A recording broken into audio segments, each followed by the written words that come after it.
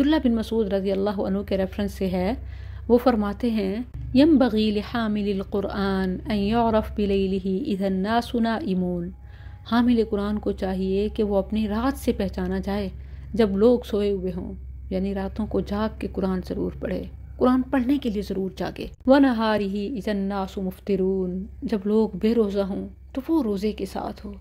وَبِوَرْعِهِ إِذَا النَّاسُ يُخْلِطُونَ، جب لوگ آپس میں ہلا گلا گپ شپ چل انجوائے میں تو وہ تقویٰ کے ساتھ ہو۔ وَبِتَوَاضُعِهِ إِذَا النَّاسُ يَخْتَالُونَ، جب لوگ تکبر میں ہوں، اسٹیٹس کانشیس، برانڈ کانشیس، وہ تواضع یعنی عاجزی میں ہو۔